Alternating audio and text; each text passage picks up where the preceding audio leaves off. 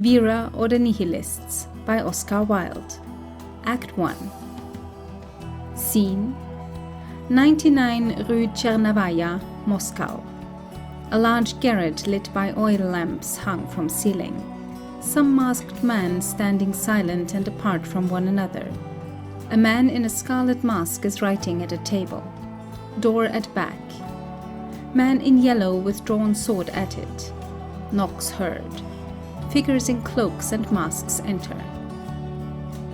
Password: Per crucem ad lucem. Answer: Per sanguinem ad libertatem. Clock strikes. Conspirators form a semicircle in the middle of the stage. What is the word? Nabat. The answer? Kalit. What hour is it? The hour to suffer. What day? The day of oppression. What year?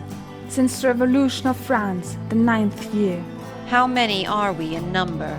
10, 9, and 3. The Galilean had less to conquer the world. But what is our mission? To give freedom. Our creed? To annihilate. Our duty? To obey. Brothers, the questions have been answered well. There are none but nihilists present. Let us see each other's faces. The conspirators unmask. Michael, recite the oath. To strangle whatever nature is in us, neither to love nor to be loved, neither to pity nor to be pitied, neither to marry nor to be given in marriage, till the end is come, to stab secretly by night, to drop poison in the glass, to set father against son, and husband against wife, without fear, without hope, without future, to suffer, to annihilate, to revenge. Are we all agreed? We are all agreed. They disperse in various directions about the stage. 'Tis after the hour, Michael, and she is not yet here. Would that she were. We can do little without her. She cannot have been seized, President. But the police are on her track, I know. You always seem to know a good deal about the movements of the police in Moscow. Too much for an honest conspirator. If those dogs have caught her, the red flag of the people will float on a barricade in every street till we find her. It was foolish of her to go to the Grand Duke's ball. I told her so, but she said she wanted to see the Tsar and all his cursed brood face to face once. Gone to the state ball? I have no fear. She's as hard to capture as a she-wolf is, and twice as dangerous. Besides, she's well disguised. But is there any news from the palace tonight, President? What is that bloody despot doing now besides torturing his only son? Have any of you seen him? One hears strange stories about him. They say he loves the people. The king's son never does that. He cannot breed them like that. Since he came back from abroad a year ago, his father has kept him in close prison in his palace. An excellent training to make him a tyrant in his turn. But is there any news, I say? A council is to be held tomorrow at 4 o'clock, on some secret business the spies cannot find out. Council in the king's palace is sure to be about some bloody work or other. But in what room is this council to be held? President reading from letter. In the yellow tapestry room called after the Empress Catherine. I care not for such long-sounding names. I would know where it is. I cannot tell, Michael. I know more about the insides of prisons than of palaces. Michael speaking suddenly to Alexis. Where is this room, Alexis? It is on the first floor, looking out onto the inner courtyard. But why do you ask, Michael? Nothing, boy. I merely take a great interest in the Tsar's life and movements, and I knew you could tell me all about the palace. Every poor student of medicine in Moscow knows all about king's houses. It's their duty, is it not? Alexis aside. Can Michael suspect me? There is something strange in his manner tonight. Why doesn't she come? The whole fire of revolution seems fallen into dull ashes when she is not here. Have you cured many patients lately at the hospital, boy? There is one who lies sick to death. I would fain cure, but I cannot. Aye? And who's that? Russia, our mother. The curing of Russia is a surgeon's business, and must be done by the knife. I like not your method of medicine. Professor, we have read the proofs of your last article. It is very good indeed. What is it about, Professor? The subject, my good brother, is assassination considered as a method of political reform.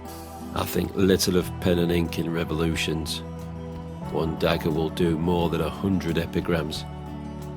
Still, let us read this scholar's last production. Give it to me, I'll read it myself. Brother, you never mind your stops. Let Alexis read it. Aye. He is as tripping of speech as if he were some young aristocrat. But for my own part, I care not for the stops, so that the sense be plain. Alexis, reading. The past has belonged to the tyrant, and he has defiled it. Ours is the future, and we shall make it holy. Aye, let us make the future holy. Let there be one revolution at least which is not bred in crime, nurtured in murder. They have spoken to us by the sword, and by the sword we shall answer. You are too delicate for us, Alexis. There should be none here but men whose hands are rough with labour or red with blood. Peace, Michael, peace. He is the bravest heart among us. He will need to be brave tonight. The sound of sleigh bells is heard outside. Voice outside. Per crucem ad lucem. Answer of men on guard. Per sanguinem ad libertatem. Who's that? God save the people. Welcome, Vera, welcome. We have been sick at heart till we saw you. But now, methinks, the star of freedom has come to wake us from the night. It is night indeed, brother. Night without moon or star. Russia is smitten to the heart. The man Ivan, whom men call the Tsar, strikes now at our mother with a dagger deadlier than ever forged by tyranny against a people's life. What has the tyrant done now? Tomorrow, martial law is to be proclaimed in Russia. Martial law. We are lost. We are lost. We are lost. Martial law? Impossible. Fool. Nothing is impossible in Russia but reform. Aye, martial law. The last right to which the people clung has been taken from them. Without trial, without appeal, without accuser even, our brothers will be taken from their houses, shot in the streets like dogs, sent away to die in the snow, to starve in the dungeon, to rot in the mine. Do you know what martial law means? It means the strangling of a whole nation. The streets will be filled with soldiers night and day. There will be sentinels at every door. No man dare walk abroad now but the spy or the traitor. Cooped up in the dens we hide in, meeting by stealth, speaking with bated breath, what good can we do now for Russia? We can suffer at least. We have done that too much already. The hour is now come to annihilate and to revenge. Up to this, the people have borne everything. Because they have understood nothing. But now we, the nihilists, have given them the tree of knowledge to eat of, and the day of silent suffering is over for Russia. Martial law, Vera. This is fearful tidings you bring. It is the death warrant of liberty in Russia. Or the tocsin of revolution. Are you sure it's true? Here is the proclamation. I stole it myself at the ball tonight from a young fool, one of Prince Paul's secretaries, who had been given it to copy. It was that which made me so late. Vera hands proclamation to Michael, who reads it. To ensure the public safety, martial law, by order of the Tsar, father of his people. The father of his people. I, a father whose name shall not be hallowed, whose kingdom shall change to a republic, whose trespasses shall not be forgiven him, because he has robbed us of our daily bread, with whom is neither might, nor right, nor glory, now or forever. It must be about this that the council meet tomorrow. It has not yet been signed. It shall not be, while I have a tongue to plead with. Or while I have hands to smite with. Martial law. Oh God, how easy it is for a king to kill his people by thousands. But we cannot rid ourselves of one crowned man in Europe. What is there of awful majesty in these men which makes the hand unsteady, the dagger treacherous, the pistol shot harmless? Are they not men of like passions with ourselves, vulnerable to the same diseases, of flesh and blood not different from our own? What made Olgiati tremble at the supreme crisis of that Roman life, and Guido's nerve fail him when he should have been of iron and of steel? A plague, I say, on these fools of Naples, Berlin, and Spain. Methinks that if I stood face to face with one of the crowned men, my eye would see more clearly, my aim be more sure, my whole body gain a strength and power that was not my own. Oh, to think what stands between us and freedom in Europe. A few old men, wrinkled, feeble, tottering dotards, whom a boy could strangle for a ducat, or a woman stab in a nighttime. And these are the things that keep us from democracy, that keep us from liberty. But now methinks the brood of men is dead, and the dull earth grown sick of childbearing, else would no crowned dog pollute God's air by living. Try us, try us, try us. Try us. We shall try thee too someday, Vera. I pray God thou mayest. Have I not strangled whatever nature is in me, and shall I not keep my oath? Martial law, President. Come. There is no time to be lost. We have 12 hours yet before us till the council meet. 12 hours. One can overthrow a dynasty in less time than that. Aye, or lose one's own head. Michael and the president retire to one corner of the stage and sit whispering. Vera takes up the proclamation and reads it to herself. Alexis watches and suddenly rushes up to her. Vera! Alexis, you here? Foolish boy, have I not prayed you to stay away? All of us here are doomed to die before our time, fated to expiate by suffering whatever good we do.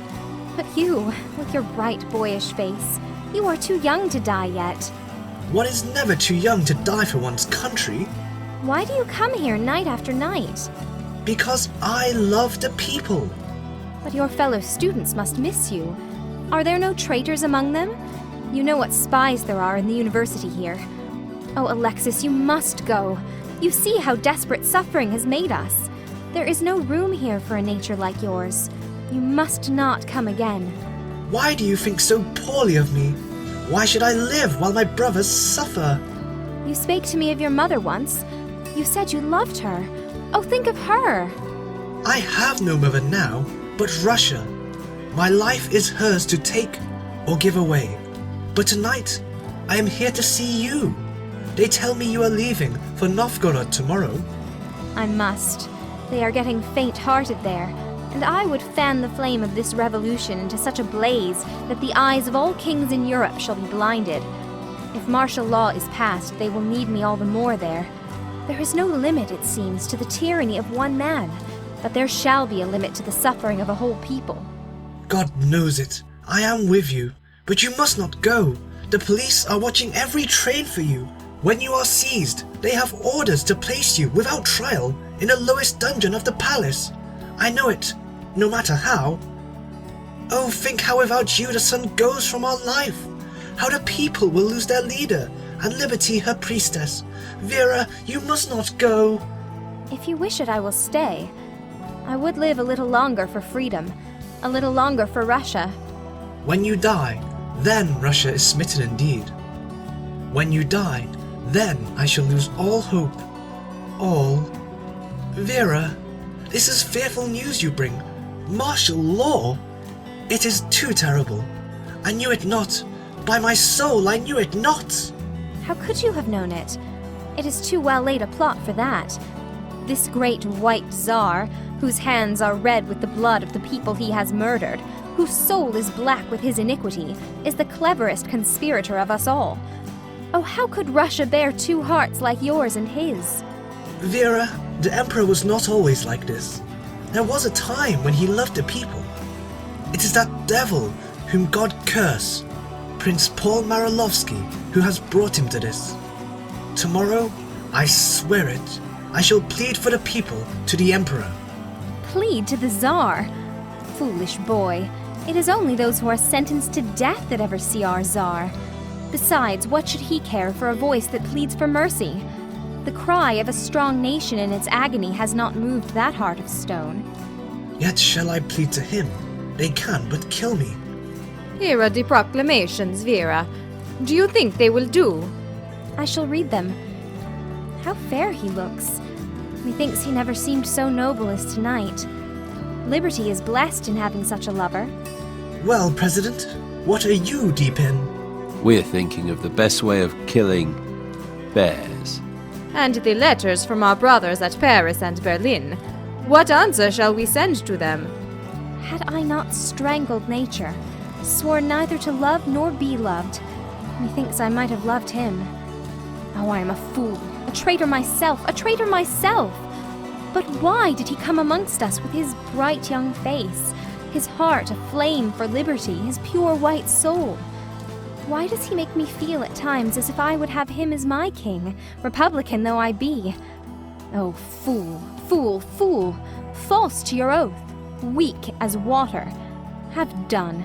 Remember what you are. A nihilist, a nihilist! But you will be seized, Michael. I think not.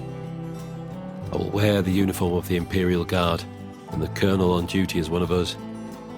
He's on the first floor, you remember, so I can take a long shot. Shall I tell the brethren? Not a word, not a word. There is a traitor amongst us. Come, are these the proclamations? Yes, they will do. Yes, they will do. Send 500 to Kiev and Odessa and Novgorod, 500 to Warsaw, and have twice the number distributed among the southern provinces, though these dull Russian peasants care little for our proclamations and less for our martyrdoms. When the blow is struck, it must be from the town, not from the country. Aye, and by the sword, not by the goose quill. Where are the letters from Poland? Unhappy Poland. The eagles of Russia have fed on her heart. We must not forget our brothers there. Is this true, Michael? Aye, I stake my life on it. Let the doors be locked then. Alexis Ivanasievich entered on our roll of the brothers as a student of the School of Medicine at Moscow. Why did you not tell us of this bloody scheme of martial law? I? President? Aye, you. You knew it, none better. Such weapons as these are not forged in a day. Why did you not tell us of it? A week ago, there had been time to lay the mine, to raise the barricade, to strike one blow at least for liberty. But now the hour is past. It is too late. It is too late. Why did you keep it a secret from us, I say? Now, by the hand of freedom, Michael, my brother, you wrong me. I knew nothing of this hideous law. By my soul, my brothers, I knew not of it. How should I know? Because you are a traitor. Where did you go when you left us the night of our last meeting here? To mine own house, Michael. Liar! I was on your track. You left here an hour after midnight. Wrapped in a large cloak, you crossed the river in a boat a mile below the second bridge and gave the ferryman a gold piece. You, the poor student of medicine. You doubled back twice and hid in an archway so long that I'd almost made up my mind to stab you at once. Only that I am fond of hunting. So, you thought that you had baffled all pursuit, did you? Fool. I am a bloodhound that never loses the scent. I followed you from street to street. At last I saw you pass swiftly across the Place St. Isaac, whisper to the guards the secret password, enter the palace by a private door with your own key. The palace! Alexis! I waited. All through the dreary watches of our long Russian night, I waited, that I might kill you with your Judas hire still hot in your hand. But you never came out. You never left that palace at all. I saw the blood-red sun rise through the yellow fog over the murky town. I saw a new day of oppression drawn on Russia, but you never came out. So you pass your nights in the palace, do you? You know the password for the guards. You have a key to a secret door. Oh, you are a spy. You are a spy. I never trusted you with your soft white hands, your curled hair, your pretty graces. You have no mark of suffering about you. You cannot be of the people. You are a spy. A spy. Traitor. Kill him! Kill him!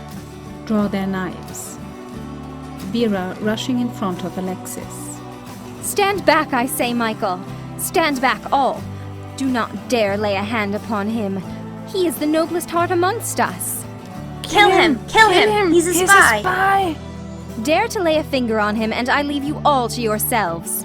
Vera, did you not hear what Michael said of him? He stayed all night in the Tsar's palace. He has a password and a private key. What else should he be but a spy? I do not believe Michael. It is a lie. It is a lie. Alexis, say it is a lie. It is true. Michael has told what he saw. I did pass that night in Assar's palace. Michael has spoken the truth. Stand back, I say, stand back. Alexis, I do not care. I trust you. You would not betray us. You would not sell the people for money. You are honest, true. Oh, say you are no spy. Spy? You know I am not. I am with you, my brothers, to the death. Aye, to your own death. Vera, you know I am true. I know it well. Why are you here, traitor? Because I love the people.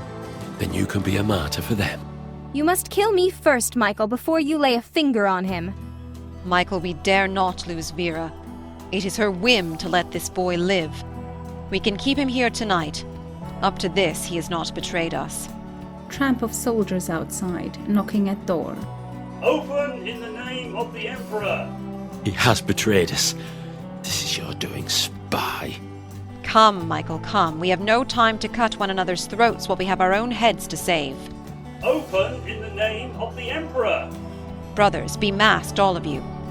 Michael, open the door. It is our only chance. Enter General Kotemkin and soldiers. All honest citizens should be in their own houses at an hour before midnight, and not more than 5 people have a right to meet privately. Have you not noticed the proclamation, fellows? Ah, you have spoiled every honest wall in Moscow with it. Peace, Michael, peace. Nay, sir, we knew it not.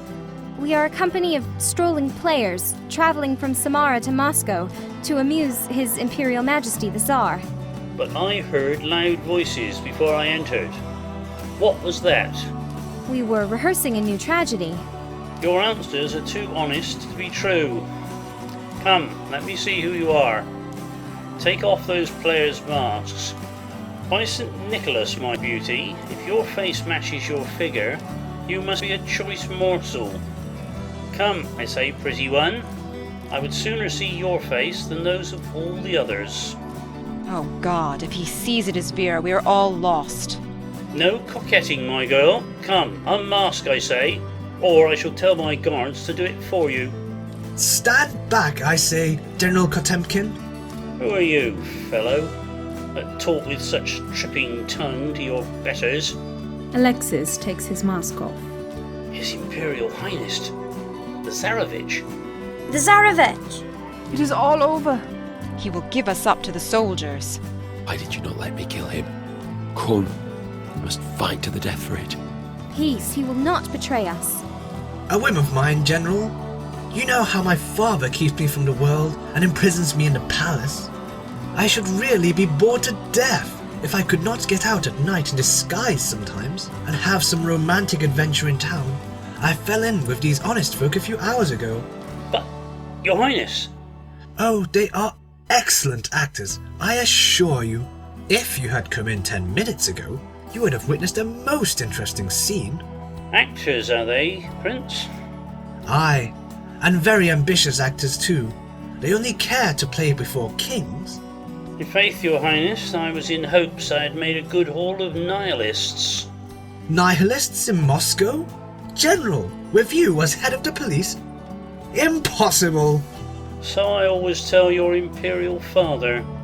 But I heard at the council today that woman, Vera Sabarov, the head of them, had been seen in this very city.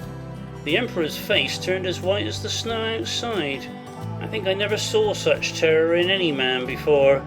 She is a dangerous woman then? This Vera Sabarov? The most dangerous in all Europe. Did you ever see her, General? Why, 5 years ago, when I was a plain colonel, I remember her, Your Highness. A common waiting girl in an inn. If I had known then what she was going to turn out, I would have flogged her to death by the roadside. She's not a woman at all. She's a sort of devil. For the last 18 months I've been hunting her, and caught sight of her once last September, outside Odessa. How did you let her go, General? I was by myself, and she shot one of my horses just as I was gaining on her. If I see her again, I shan't miss my chance. The Emperor has put 20,000 rubles on her head. I hope you will get it, General. But meanwhile, you are frightening these honest people out of their wits and disturbing the tragedy. Good night, General. Yes, but I should like to see their faces, Your Highness. No, General, you must not ask that. You know how these gypsies hate to be stared at. Yes, but Your Highness... General, they are my friends. That is enough. And General, not a word of this little adventure here, you understand. I shall rely on you. I shall not forget, Prince. But shall we not see you back to the palace? The state ball is almost over, and you are expected. I shall be there, but I shall return alone. Remember, not a word about my strolling players. Or your pretty gypsy, eh, Prince? Your pretty gypsy. In faith, I should like to see her before I go. She has such fine eyes through her mask. Well, good night, Your Highness. Good night. Good night, General. Exit General and the soldiers. Vera throwing off her mask. Saved! And by you! Alexis clasping her hand. Brothers, you trust me now. Tableau. End of Act 1.